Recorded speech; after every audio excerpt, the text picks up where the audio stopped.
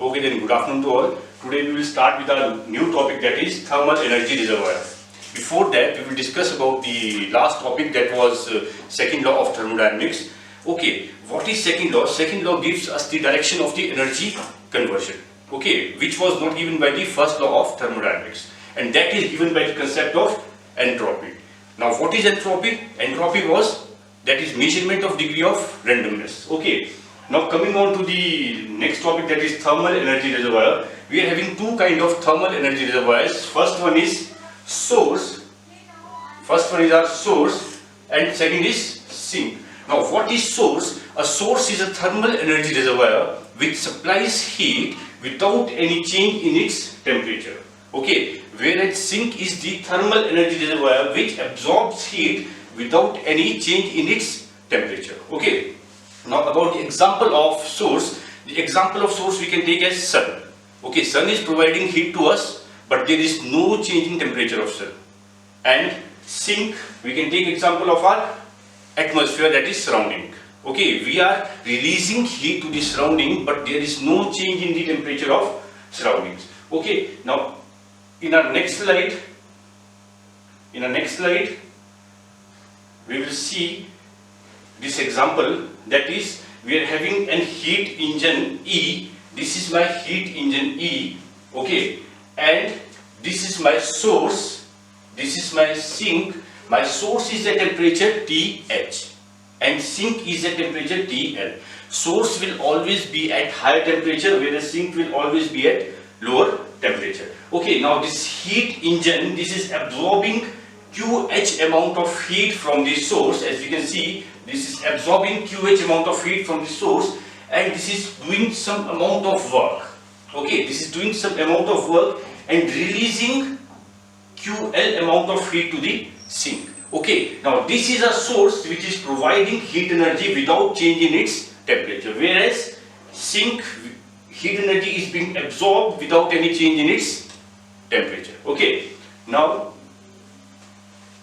in the next slide, what we have, this is Kelvin-Planck statement. Okay, or we can also call it as statement of second law of thermodynamics. Now what does Kelvin says? Kelvin says that it is impossible to develop a device operating on a cycle which produces work continuously by exchanging heat or interacting heat with single thermal energy reservoir. Okay, these are the most important things. The first one is our cycle, second is our work, okay, and third is interaction with single energy reservoir. Okay, for this statement to be valid, there should be a cycle. Okay, cycle means two or more process should be there in a system. Okay, second, it should produce work continuously while exchanging heat with single reservoir. Okay, now coming on to my next slide, I will explain you with the example. Okay, this is what Kelvin-Planck statement is saying, that there is impossible to develop a device. This is my device which is exchanging heat with my single reservoir only. Okay, my single reservoir is this. This is my source. Okay, this is my device which is absorbing heat QH, from source which is at temperature TH and doing some amount of work, but there is no release or rejection of heat from this device. So this is never possible. Okay, what is possible? This is possible. That is this is my source, and there is a heat engine which is absorbing QS or QS amount of heat is supplied from this source which is at high temperature to the heat engine, and this heat engine is doing some amount of work and rejecting QL or QR amount of heat to the sink, okay, which is at lower temperature. Okay, this is what is possible, and this is what is not possible, what is said by the Kelvin-Planck. Okay, now after this, now we need to calculate the efficiency of this heat engine. We need to calculate the efficiency of the heat engine which is working between two reservoirs, that is source and sink, and producing work W net. while exchanging heat with two reservoirs. Okay, now about the efficiency. What is efficiency? Efficiency is output by input. I'll give you the example, simple example of an automobile. What we are doing in automobile, the fuel is being pumped into the piston cylinder where the spark is done and there is burning of fuel. That is, heat energy is produced, and this heat energy is converted into my mechanical energy, which we are getting at the crankshaft. Okay, now what will be my efficiency? Efficiency will be my output which I am getting at crankshaft, and input, that is the what is the amount of heat supplied. Okay, similar is the case here. This is my heat engine.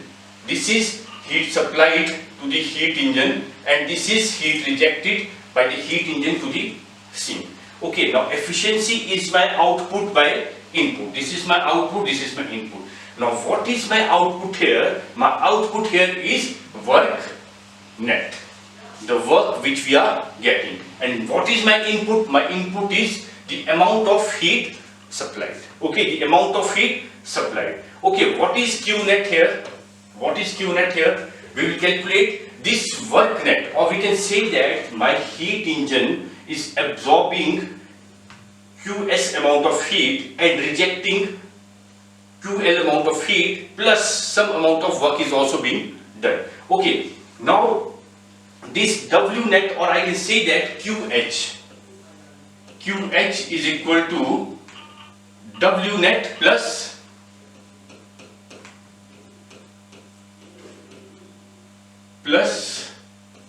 QL. Okay, W net plus QL. What is my QL? What is my W net? W net will be this QH. WL will be this QH minus QL. Okay, W net is my QS minus QR, because QS is QH and QL is QR. So we can say that my W net is equal to heat supplied minus heat rejected. Okay, work net amount of work done is equal to heat supplied minus heat rejected. Okay, now we will solve this equation, and we are getting 1 minus QR upon QS. This is my efficiency, and QR is also equal to QL, and QS is also equal to QH. Okay, so what is my efficiency? My efficiency is coming out to be 1 minus QL upon QH. That is 1 minus heat rejected at lower temperature divided by heat rejected at higher temperature. Okay, for the next slide. Okay, this is what is thermodynamic temperature scale or Kelvin temperature scale. In this scale, we can say that heat supplied is equal to heat supplied is directly proportional to temperature, and this is only valid for reversible process. This is the most important thing, that this is only valid for reversible process, where we can say that QL upon QH is equal to TL upon TH. So in the last equation that where we have calculated efficiency, we will substitute the value of QL upon QH, that will be TL upon TH. But this should be noted that this is only valid for reversible process. Okay. Now next is my Clausius statement. This is the second statement of second law of thermodynamics. Okay, now what Clausius says that it is impossible to construct a device which operates on a cycle. This is the most important term. It should operate on a cycle. Operates in a cycle, transfer heat from lower temperature reservoir to higher temperature reservoir without consuming any form of energy. Okay, or work input is zero. What is Clausius saying? That to develop a device which is operating on a cycle, which is absorbing heat from lower temperature and rejecting heat to higher temperature without any external work, this kind of device is impossible to construct. Okay, for this I'll give you the example of a refrigerator. Okay, fridge सबके घर में है. So what we are doing in refrigerator, we are absorbing heat from inside the refrigerator, which might be at 2 to 5 degrees centigrade. Okay, For example, we are keeping some food inside refrigerator which is at 10 degrees centigrade. So what refrigerator need to do is now, it will absorb heat and reject that heat to the higher temperature, that is to the surroundings, which is at 35 degree centigrade. I am talking about summer season. Okay. So, but this is only possible if we are providing some amount of energy to the refrigerator, that can be in the form of electric energy or any other form of energy. Without energy interaction, that is never possible. So this is my Clausius inequality, Clausius statement. Okay, now I'll explain you with the example. This is the example. For example, I have given you example of refrigerator also. So this is same that this is my source, which is at high temperature TH, and this is my sink, which is at low temperature TL. Okay, now this is my some kind of device which is absorbing heat from the lower temperature. This device is absorbing heat from the lower temperature and rejecting this heat to the higher temperature. Okay, but there is no work input. So this kind of device cannot be constructed. Okay, the kind of device which can be constructed, that is this. Here what we are doing, this is our source at high temperature and this is my sink at low temperature. This device is absorbing heat QL from the sink at lower temperature. Okay, rejecting heat QH to the source at higher temperature with the help of this work input. Which device is known as refrigerator. Now this device is known as refrigerator, which will absorb heat from the lower temperature, that is my sink, and release heat to the high temperature, which is my source. Now this refrigerator is the development of Clausius statement, whereas heat engine was the development of Kelvin Planck statement. Okay, which are the statements of second law of thermodynamics. Now in the next slide what we are having, okay, this is COP. COP is coefficient of performance. Now in the case of heat engine, or I can say that work producing devices, heat engine is work producing devices. Okay, we are getting some amount of work from heat engine. In case of heat engine, we need to calculate, or in case of work producing device, we will calculate the efficiency. Okay, for example, in case of automobile, we are getting some amount of energy, mechanical energy, so we will calculate efficiency. But in case of work consuming devices, we need to calculate COP, which is known as coefficient of performance, and also known as energy performance ratio. What is COP? COP is desired effect upon energy input or work input. This is desired effect upon work input. Now look with the example we'll get to know, it will be more clear that this is my heat pump. Now what is my heat pump? Heat pump is a kind of a air conditioner which we are using in winter. Okay, now what this heat pump is doing, this heat pump in winters, the outside temperature is around 8 to 10 degree or 15 degree centigrade, and inside we want temperature around 21 to 23 degrees centigrade, which is comfortable for human being. Okay, now what this heat pump is doing, or what this air conditioner is doing, this is absorbing heat from the lower temperature and absorbing heat from the sink. This is my sink.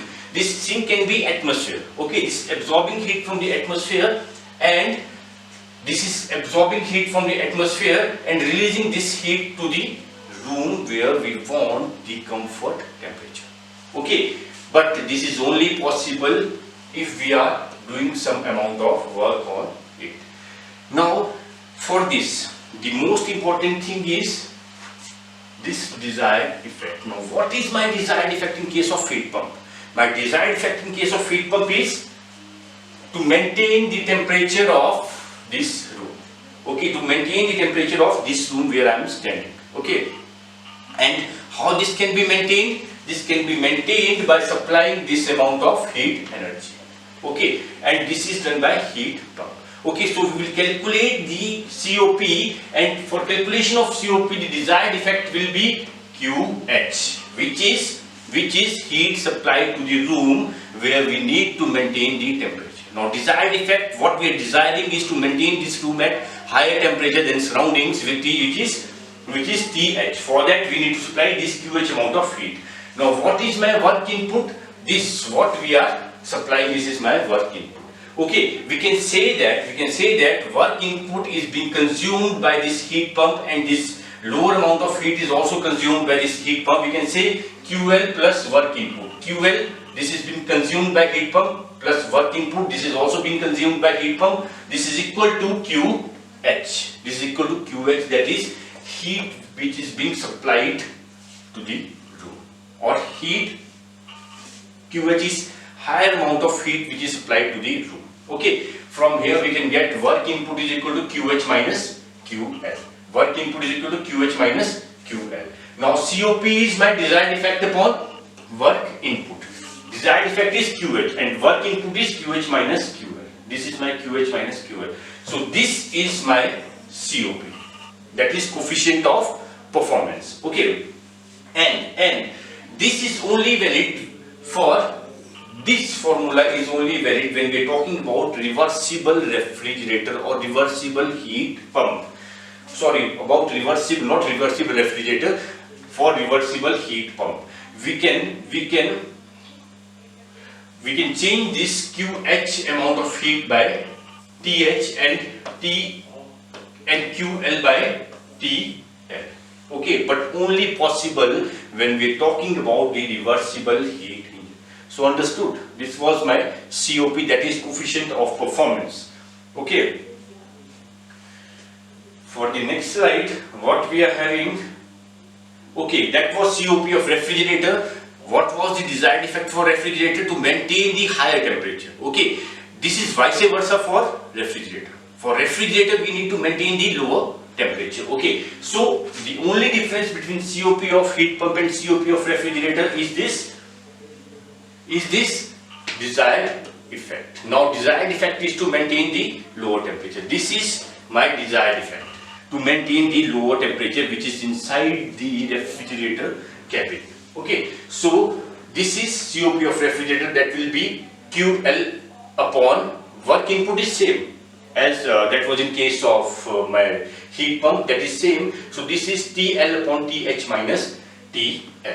Okay, and this is for refrigerator, but only valid for reversible refrigerator, not valid for irreversible refrigerator. Okay, so this was the COP of refrigerator. And after this, any doubts? Okay, any doubts to anyone? Okay, now next, what we are saying, I have told you before also, that the development of Kelvin Planck statement is my heat engine, whereas development of this Clausius statement is my refrigerator or heat pump. Okay, next is, this is the most important thing. In GATE we are getting question from this topic, that is COP of heat pump and COP of refrigerator. There is an equation. The equation says that 1 plus COP of refrigerator is equal to COP of heat pump. Now we will derive this equation. Okay, this is, we will calculate the value of 1 plus COP of refrigerator. Okay, we know that what is COP of refrigerator? COP, first of all, COP is desired effect upon energy input. Now what is my desired effect in case of refrigerator? That is my lower temperature. Okay, TL upon TH minus TL is my COP of refrigerator. Plus we are doing 1. Okay, plus we are doing 1 and we are taking LCM, and what we are getting is TL plus TH minus TL, where TL will be cancelled out. What we are getting is that TH upon TH minus TL. Okay, what we are getting TH upon TH minus TL, and this is COP of heat pump. So we can say that 1 plus COP of refrigerator is equal to 1 plus COP of refrigerator is equal to COP of heat pump. You can mark this as most important thing, that is 1 plus COP of refrigerator is equal to COP of heat pump. Okay. Now we are having a question. What this question is saying that if the efficiency of reversible heat engine is 30%, then determine the COP of reversible heat pump. We are talking about reversible. What we are talking about reversible heat engine having efficiency that is 30%, and we need to calculate the COP of reversible heat pump. Okay, now we know what is the formula for efficiency. Efficiency is my 1 minus TL upon TH. TL is low temperature, whereas TH is my higher temperature. Okay, now this efficiency is 30%, or we can say this is 0.30. Okay, from here we can calculate TL upon TH. This is 0.30. Okay, sorry, this is 0.30. Okay, then we can calculate the value of TH upon TL, which comes out to be 0.7. Okay, which comes out to be 0.7. And we know that COP of heat pump is TH upon TH minus TL. We are taking this TL, TH to the denominator, and what we are getting, that 1 upon 1 minus TL upon TH. TL upon TH.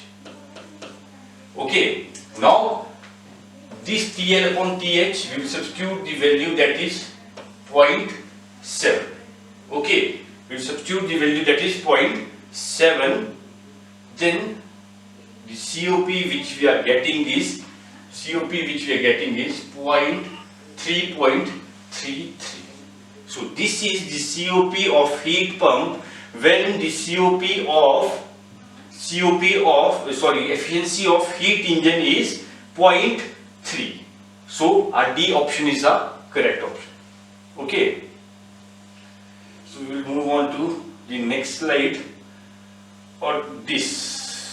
This is also the important thing in this chapter, that is the Clausius inequality. Now what Clausius says, that the cyclic integral of dq by t, whenever we are talking about the cycle, the cyclic integral of dq upon t is less than or equal to 0. It will always be less than or equal to 0.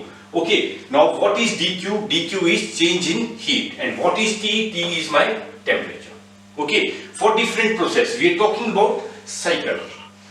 Okay, dq upon t for cyclic process or cyclic integral of dq upon t will always be less than or equal to 0. It will be less than 0 for irreversible devices and equal to 0 for reversible devices. Okay, it will be equal to 0 for reversible devices. Okay, and this is never possible. It cannot be greater than 0. Okay, it can never be greater than 0. Next is my entropy. Now what is entropy? Okay, now what is entropy? This is the physical significance of entropy. Now what is my entropy? Entropy is measurement of degree of randomness of molecules. That how randomly the molecules are moving.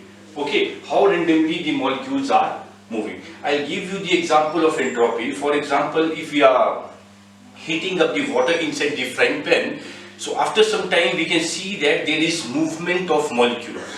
When we are giving heat energy, there is movement of molecules. So this is entropy.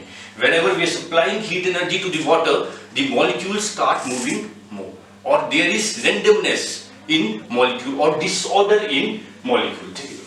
See here, there is disorder or randomness. This is known as entropy.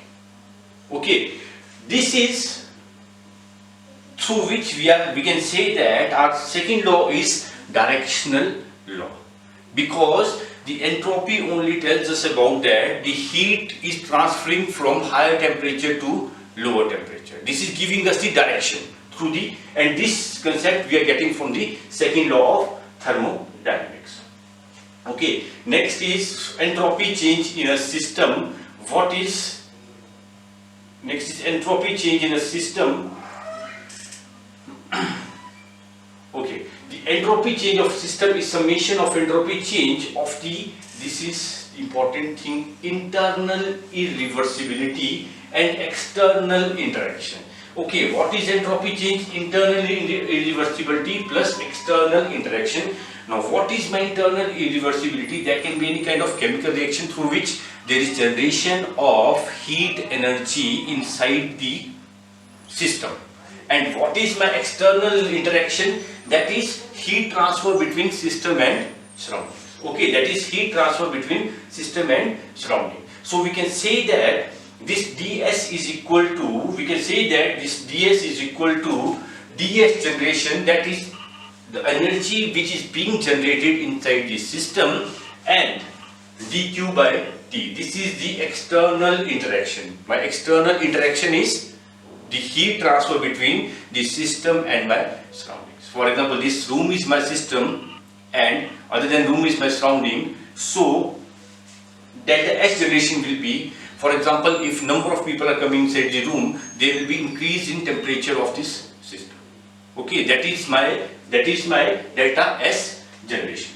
Okay, now case A, what we are taking, if the system is reversible, then its value of entropy generation is equal to 0. This is also the important thing. For a reversible system, the entropy generation is equal to 0.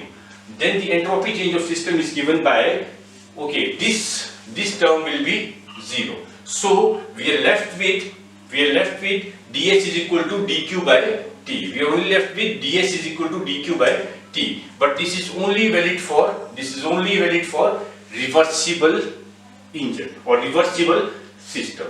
Whereas if the heat is supplied to the system, then for example, this is case, now we are talking about case 1. Case 1 is for reversible engine when we are supplying some amount of heat to the system. Okay, what case 1 is saying that, before also I have given you example of heating up water inside the frying pan. Whenever we are heating the water inside the frying pan, there is increase, what we are doing, we are supplying heat to the system, its temperature is increasing and there is increase in its entropy. That is a physical example. Entropy, how we can say that there is increase in entropy? Because there is disorder or randomness in the molecules of the system. So this case 1 is saying similar, that whenever heat is supplied to the system, then the entropy change of system is positive. Okay, positive, or there will be, or we can also say that whenever heat is supplied to the system, there is increase in entropy of the system. Okay, for example, this is my system and we are supplying Q amount of heat to the system. This system can be the example I have given you about the heating of the water in the frying pan. This is the Q amount of heat which we are supplying to the system. So we know that ds, we know that this ds is equal to, we know that this ds is equal to, sorry, wait, dq by t. Now this is having positive value when we are supplying heat to the system. This temperature of the system is also increasing. Okay, so we can say that dq by t is greater than 0. When this term, whole term is greater than 0, then we can say that ds is also greater than 0. And this ds is change in entropy, that is S2 minus S1. This ds is S2 minus S1, that is greater than 0, or from here we can say S2 is greater than S1. That is, there is increase in entropy of the system. That is, final entropy of system is more than the initial entropy. Okay, clear? Now case 2 will be when heat is rejected from the system.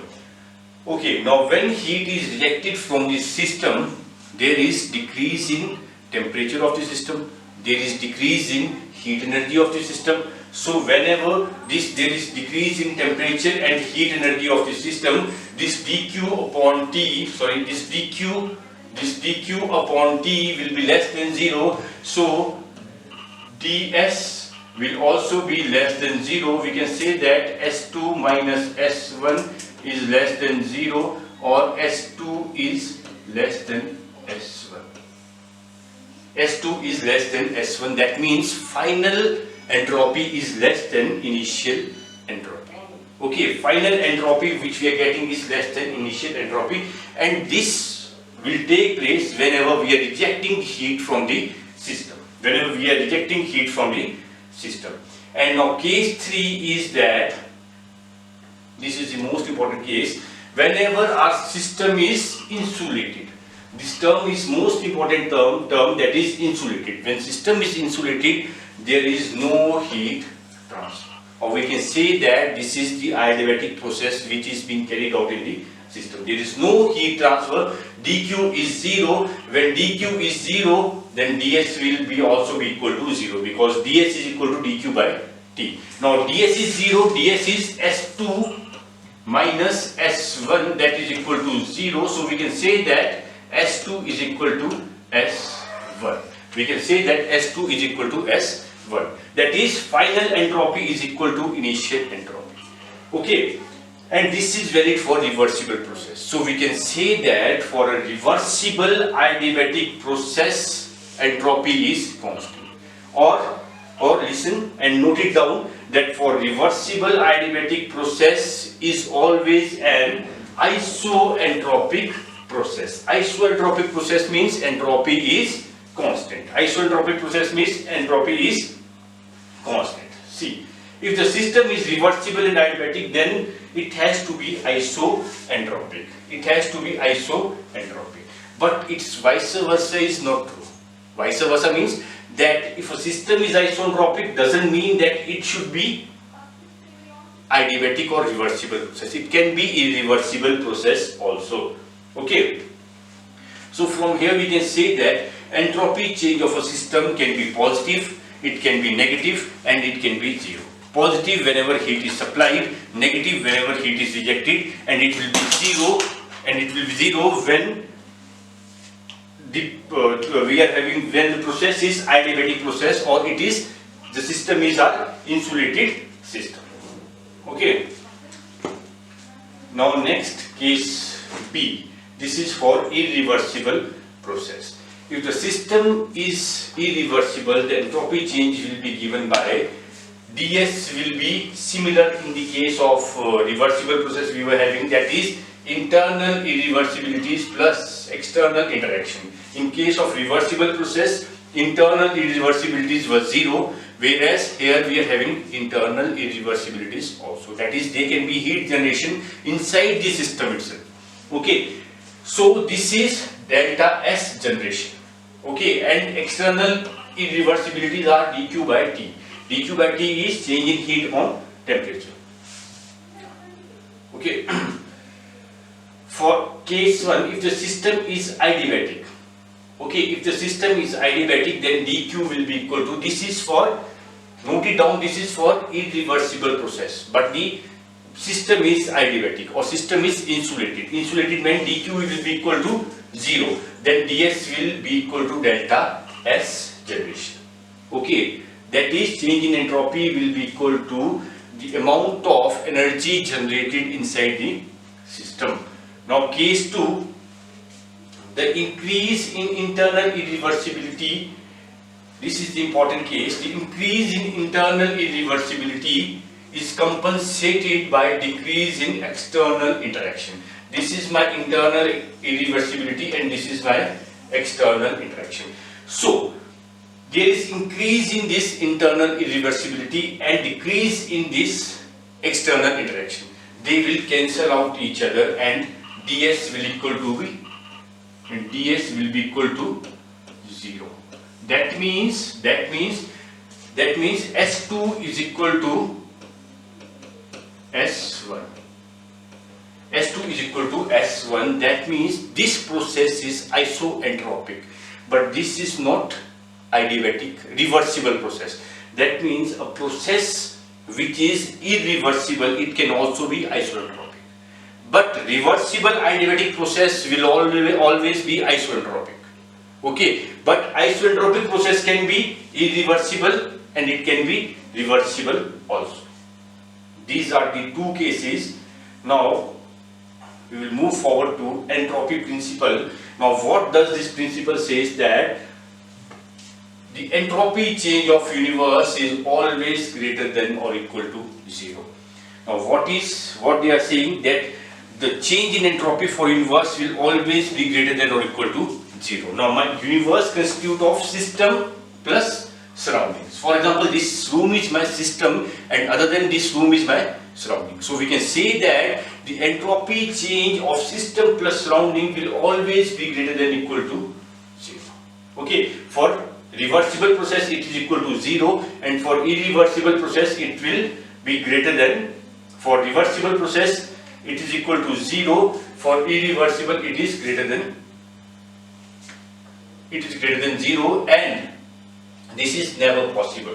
Point 3 is never possible. Okay, now from here we are getting the equation, TdS equation. This TdS equation is also known as equation of second law of thermodynamics. Now what does this TdS equation says? Wait, this TdS equation says, we know that from first law of thermodynamics, we know that, or this is also known as combined first law and second law of thermodynamics. The first law of thermodynamics says that dq is equal to du plus p dv. And for reversible process, we know that ds is equal to dq by t. From here we can get dq is equal to t ds, and substitute this value of dq in the above equation. What we are getting, TdS is equal to du plus p dv. This is the first equation of second law of thermodynamics. Now next is the second equation, where what we are having, we know that what is enthalpy. Enthalpy is U plus PV. U is internal energy and P is pressure, V is volume. Now taking derivative of this equation, what we are getting, taking derivative, dH is equal to du plus p dv plus v dp. Now this du plus p dv is equal to dq. Okay, now we will substitute the value dq here. Now dH comes out to be dq plus v dp, or we can also say that dq is equal to dH minus v dp, and from TdS equation we know that dq is equal to TdS. So we will substitute the value of TdS in the above equation, and what we are getting, this is the second equation of second law of thermodynamics, second or combined first and second law of thermodynamics, which say that TdS is equal to dH minus v dp. Okay, so this is all for the today's lecture. In next lecture we will start with the new topic. Okay, thank you.